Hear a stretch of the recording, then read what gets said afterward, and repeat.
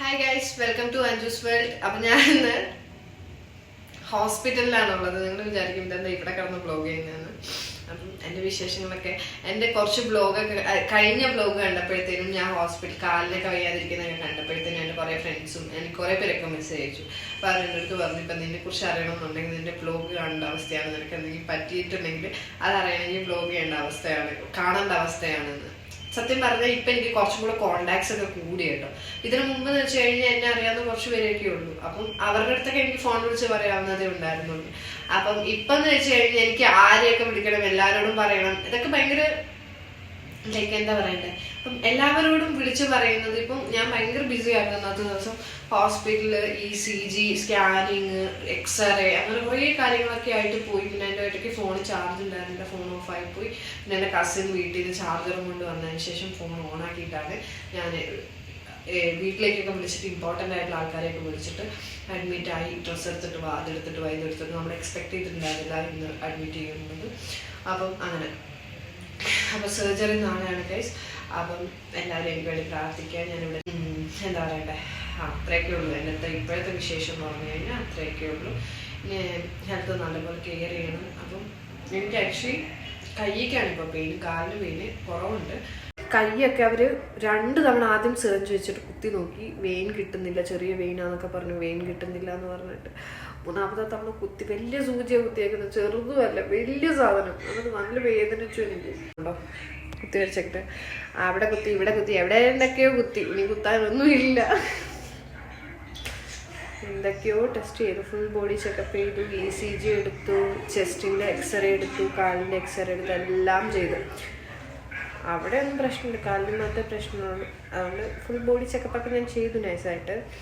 പിന്നെ ഞാൻ സൂര്യ ഉണ്ട് ഇവിടെ, സൂര്യ താഴത്തെ വേണ്ടി കിടപ്പുണ്ട്.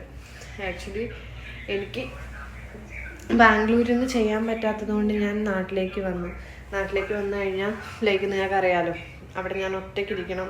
ഇവിടെ എൻ്റെ ഫാമിലിയെങ്കിലും ഉണ്ടാവും. ഞാനിപ്പോൾ ഇവിടെ ലിയോ ഹോസ്പിറ്റലിലാട്ടോ ഉള്ളത്. നമ്മൾ എന്ത് ഇഷ്യൂ ഉണ്ടെങ്കിലും ഇവിടെയാണ് കൺസൾട്ട് ചെയ്യാറ്. ഞാൻ ജനിച്ചത് ഇവിടെയാണ്. എൻ്റെ എല്ലാ അസുഖവും, എനിക്ക് എന്ത് ഹെൽത്ത് ഇഷ്യൂ വന്നു കഴിഞ്ഞാലും നമ്മളിവിടെ ഈ ഒരു ഹോസ്പിറ്റലിലാണ് ചൂസ് ചെയ്യുന്നത്. അപ്പം ലൈക്ക് അതുകൊണ്ട് തന്നെയാണ് ഇത് ചൂസ് ചെയ്തത്. അപ്പോൾ ഗൈസ്, എന്താ പറയണ്ടേ, പേടിയുണ്ടോയെന്ന് ചോദിച്ചാൽ നല്ലപോലെ പേടിയുണ്ട്. കാരണം ഞാൻ പറഞ്ഞല്ലോ, ഞാൻ അങ്ങനെ അധികം ഹോസ്പിറ്റലൊന്നും കിടന്നിട്ടില്ല. അപ്പം എനിക്ക് എൻ്റെ ശരീരം എനിക്ക് ഭയങ്കര ഇമ്പോർട്ടൻ്റ് ആണ്. ചെറിയൊരു സൂചി കുത്തിയാൽ പോലും എനിക്ക് ഭയങ്കര വേദന, മീൻസ് ഭയങ്കര ടെൻഷനാവും. ഞാൻ സർജറി ചെയ്യാൻ പോവാണ്, അനസ്തേഷ്യയൊക്കെ കുത്തുന്നുണ്ടെന്നാണ് പറഞ്ഞ്. അതൊക്കെ കുത്തി കഴിയുമ്പോഴേക്കും ഞാൻ ചത്തുപോകും. ഞാൻ കേട്ടിട്ടുണ്ട് അനസ്തേഷ്യയൊക്കെ ഭയങ്കര പെയിനുള്ള ഇഞ്ചക്ഷനാണെന്ന് ഞാൻ കേട്ടിട്ടുണ്ട്. സോ ഞാൻ ലൈഫിൽ എക്സ്പീരിയൻസ് ചെയ്യാൻ പോവാണ്. ടെൻഷനുണ്ടോയെന്ന് ചോദിച്ചാൽ നല്ല ടെൻഷനുണ്ട്. കാരണം ഞാൻ പറഞ്ഞെങ്കിൽ ചെറിയ വേദന പോലും എനിക്ക് സഹിക്കാൻ പറ്റത്തില്ല. അങ്ങനെയുള്ള ഞാൻ ഇത് ഇങ്ങനെ. സൂര്യ എന്തെങ്കിലും പറയോ? സൂര്യ സൈലൻ്റാണ് ഗൈസ്. ഇൻട്രോവേർട്ട് നമുക്ക് ഇൻട്രോവേർട്സിൻ്റെ ആവശ്യം. ഞാനുണ്ട്, എനിക്ക് വേണ്ടി ചിരിക്കുന്നുണ്ട്, ഇവിടെ ഇരുന്നുണ്ട്. പിന്നെ എന്തൊക്കെയാണ് വിശേഷം? നിങ്ങൾക്കൊക്കെ സുഖമാണ്?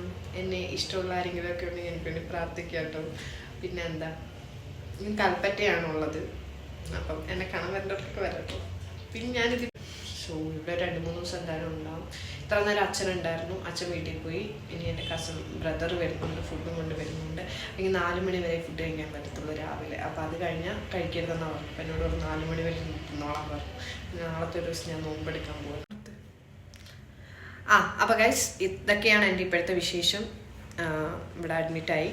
സോ അപ്പോൾ നാളെ സർജറി കാര്യങ്ങൾ, അതിനുശേഷം ആഫ്റ്റർ ദാറ്റ് ഡിസ്ചാർജ്, പിന്നെ റെസ്റ്റ് 1 മന്ത് പറഞ്ഞിരിക്കുന്നത്. അപ്പോൾ ഞാൻ ഇവിടെ ഉണ്ടാവും, അല്ലാന്നുണ്ടെങ്കിൽ മേ ബി എറണാകുളത്തായിരിക്കും, അറിഞ്ഞൂടാ.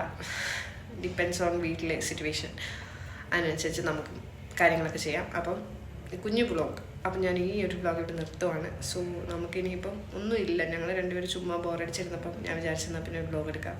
സോ അങ്ങനെ എടുത്തു കേട്ടോ. എനിക്കിപ്പം ഇത്ര എനർജിയേ ഉള്ളൂ കേട്ടോ.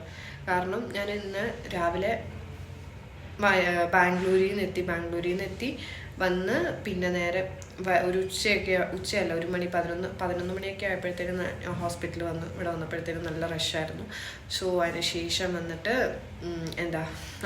റഷായിരുന്നു. അതിന് ശേഷം വന്നിട്ട് ഇവിടെ ECG അത് ഇതെന്നൊക്കെ പറഞ്ഞ് കുറേ ടെസ്റ്റും കാര്യങ്ങളും ഒക്കെ ആയിട്ട് വൈകുന്നേരം 6 മണിയൊക്കെ ആയപ്പോഴത്തേനുമാണ് റൂം കിട്ടിയത്.